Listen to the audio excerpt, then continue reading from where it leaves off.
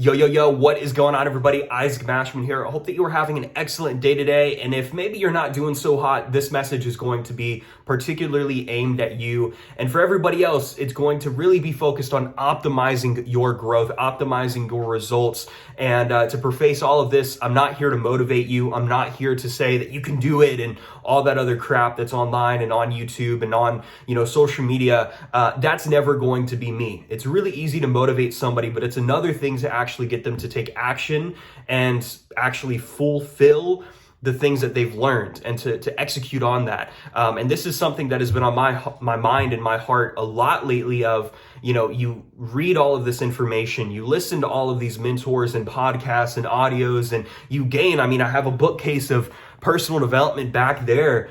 And if you're not executing on it, if you're not actually digesting the information and applying it, is it really worth anything? And the answer is no, it's not. And so the one thing that I will tell you before I jump into what I want to cover today, which is maintaining momentum, is to take the things that I'm talking about and apply them. Take the things that I'm talking about and implement them into your life, whatever that tidbit of information might be based on today's topic. And I want to start this video by sharing a story with you. And now many of you know that I was in Boy Scouts of America. I was very close to hitting an Eagle Scout, hit life rank, personal things kind of came into my life, and I no longer really prioritize being in the Scouts. However, I was in Boy Scouts of America from the ages of literally 10, like a wee below Cub Scout, to 17. So it was a massive portion of my early development, my young adulthood.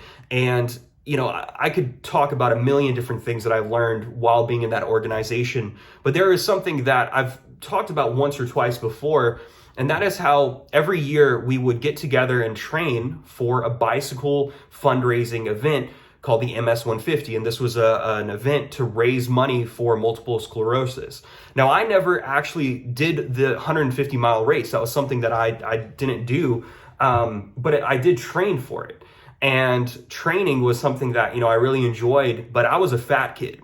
I was one of those kids that I was like, I love physical exercise, but I was naturally a fat kid, man. I like to eat. It's not like my metabolism was like my other friends that were super skinny who could just hop on a bike and they would eat whatever and, they wouldn't gain a pound or they wouldn't be chunky. Nah, like my mama pushed me out and I was a little chunky. And so with that being in mind, being in this state of training for the MS 150, regardless of if I was going to participate or not, it was a way to really develop my my relationship with the other scouts. It was a way for me to develop myself physically, to develop myself and to kind of get out of my house as well and just do an extracurricular activity that the only thing that was required is I had to show up with a bike and a helmet, and I could participate and train and be on this bike ride. And the bike rides would last an hour. After school, you would meet at the Boy Scout hut is what we called it, the hut. And then we would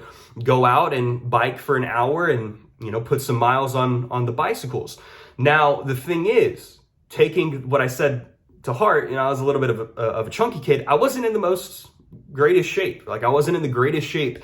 And there were multiple instances where I would fall behind from other scouts that were, ahead of me. And now the thing is, if you were the person at the very back of the training line, because you're all single filed, you want to be safe, you want to be secure. So you have the scoutmaster who's at the front of the bicycle line, just like you would see people training for a race or biking together today on the streets. It was the same exact principle there. And so I would a lot of times be towards the back or towards the back of the middle.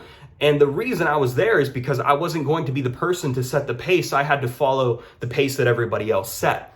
But the issue with that is a lot of times, and more times than not, especially early on during, the training, I would begin to maybe fall behind and I would lose that momentum. I would lose that speed. And I would have to work twice or three times as hard, pedaling my butt off, trying to catch up with the rest of the pack. And it wasn't that they were trying to leave me behind, but they also couldn't go and slow down to such a point to where they couldn't get their own practice in and hit their own individual goals.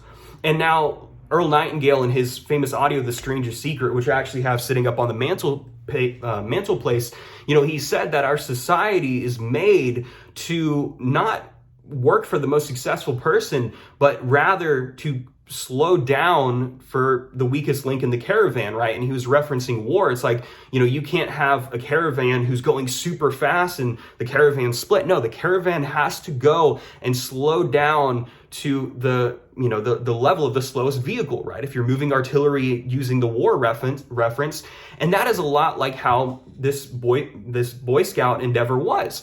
But I would fall behind. And I think that is symbolic of what a lot of times we do in the other areas of our life. And this isn't in comparison to where other people are going and to other people's successes, but more so internally and the momentum that we have in our own lives of building our business, of building our health and getting into better shape, of building our career. And a lot of times we, rather than maintaining momentum and maintaining a healthy pace, maintaining a healthy degree of, hey, I might not be going the fastest on this bicycle, but I'm going at a level that I can stay at. I'm going at a healthy pace. It's like if you're jogging, are you sprinting and you're running out of breath in the first quarter mile, or you maintain a good pace so you can close out a mile and, maybe break a record or two? That is how you hit a new milestone. And a lot of times in our life, rather than maintaining the momentum that we have already previously built and that we might be comfortable with and scaling up to a degree of hitting a new level, we always try to play catch up. And to further this example, imagine if you go an entire week and you're eating like garbage, you're eating and your eating is all messed up, right? You're not dieting, you're not eating healthy, you're not really applying any principles, and you're not hitting the gym. And then one day out of the week, you decide to go to the gym and you decide to really, maybe push yourself, and you do this workout that, man, you're going 110% this one day in the gym, but you're not going to actually get any results because those results are not made off of one time in the gym. You have to go consistently day after day after day after day after day and apply these other things so you can maintain your growth, maintain your physical health and your improvement from that point. Going to the gym after a week of being, lazy and a week of not doing something is not going to get any results. But the moment you go to the gym one day and then 2 days and then 3 days, you begin to see those results. And then from there, those principles of being disciplined and having the willpower to say, yes, I'm going to go, even if you might slack up and you might eat like garbage 1 or 2 days, you're still going to be getting results because you have the willpower and the discipline and the previous track record of maintaining momentum. Or similarly, if you're working a job and in your career and in your work performance, you do exceptionally well one day and the boss is like, man, wow, you're doing really good work. And then the rest of the week, your performance is subpar. You completely slack off. How is that going to appear to your boss? It's like, wow, this person is spectacular when he wants to be, but he doesn't apply himself the rest of the time. That is not how you get promoted. That's not how you go to a higher level of life. But imagine if you shut up every day and you performed to the highest degree possible in a way to where you know that you could be consistent with your growth. And I don't like saying the word consistent because I feel like we always say be consistent and push consistency. Yet consistency, it loses the meaning in the nature. And so by saying being consistent, I'm really referencing and just saying, hey, every day you show up, every day you do something, every day, you're maintaining that same track record. And then another example would be building your business, or you building a business one day out of the week. And this is something that for entrepreneurs, solopreneurs, people who are starting out, people who are beginning can especially struggle with, especially if you're already working a corporate job or a W-2 and it's not like your primary focus. Building your business cannot just be a one-off thing every week. It's not something that you could just do one day out of the week. It is something that you have to do every single day in order for you to get results. And the times in my life that I've seen the most results are the days and the times that I'm showing up every single day and just getting it done. Even if I don't want to do it, I'm getting it done. And then the moments that I slacked off and the moments that I said, well, I'll go ahead and take a break, or I might take the traditional maybe Saturday and Sunday, I won't really do too much, are the moments that I change my mindset and my thinking and I begin making those rationalized decisions of saying, well, I did this, and then I weighed my reasons and I weighed my excuses. And weighing excuses is not how you maintain momentum. And so a lot of times, rather than maintaining momentum, we are trying to catch up. We're playing catch up. Just like I was falling behind in the Boy Scout bicycle training, and I was trying, to catch up to everybody else who were already half a mile ahead of me, it was a lot more difficult. Now, you're not trying to catch up with somebody who's half a mile ahead of you, but you are trying to catch up with the idea that you have in your mind of where you should be, because if you were consistent, you would be farther ahead than you are today. You already know that you could be farther ahead. And so in your mind, subconsciously, you are trying to catch up to that place that you should be.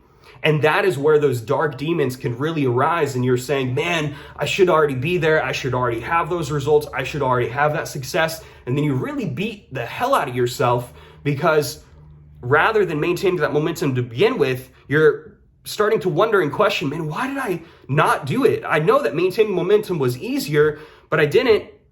And playing catch up in that sense is not how you get results. And so I'm going to leave you with this one question. Are you maintaining momentum in your life? Are you maintaining your track record, maintaining your results, maintaining your efforts, maintaining your standards, or are you trying to catch up?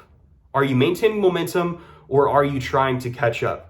Guys, I hope that you enjoyed today's video. I'm going to be pushing out a lot more content here on YouTube, lessons, bits and pieces that are separate from the podcast that I am launching later this year. I had a podcast for the longest time, and a lot of times I would create videos such as this in audio format, lessons such as this, and I'd push it out on the podcast. But even after I launch my podcast coming later this year in 2023, I'm still going to be recording separate videos, because I believe that, we need it more than ever in our society.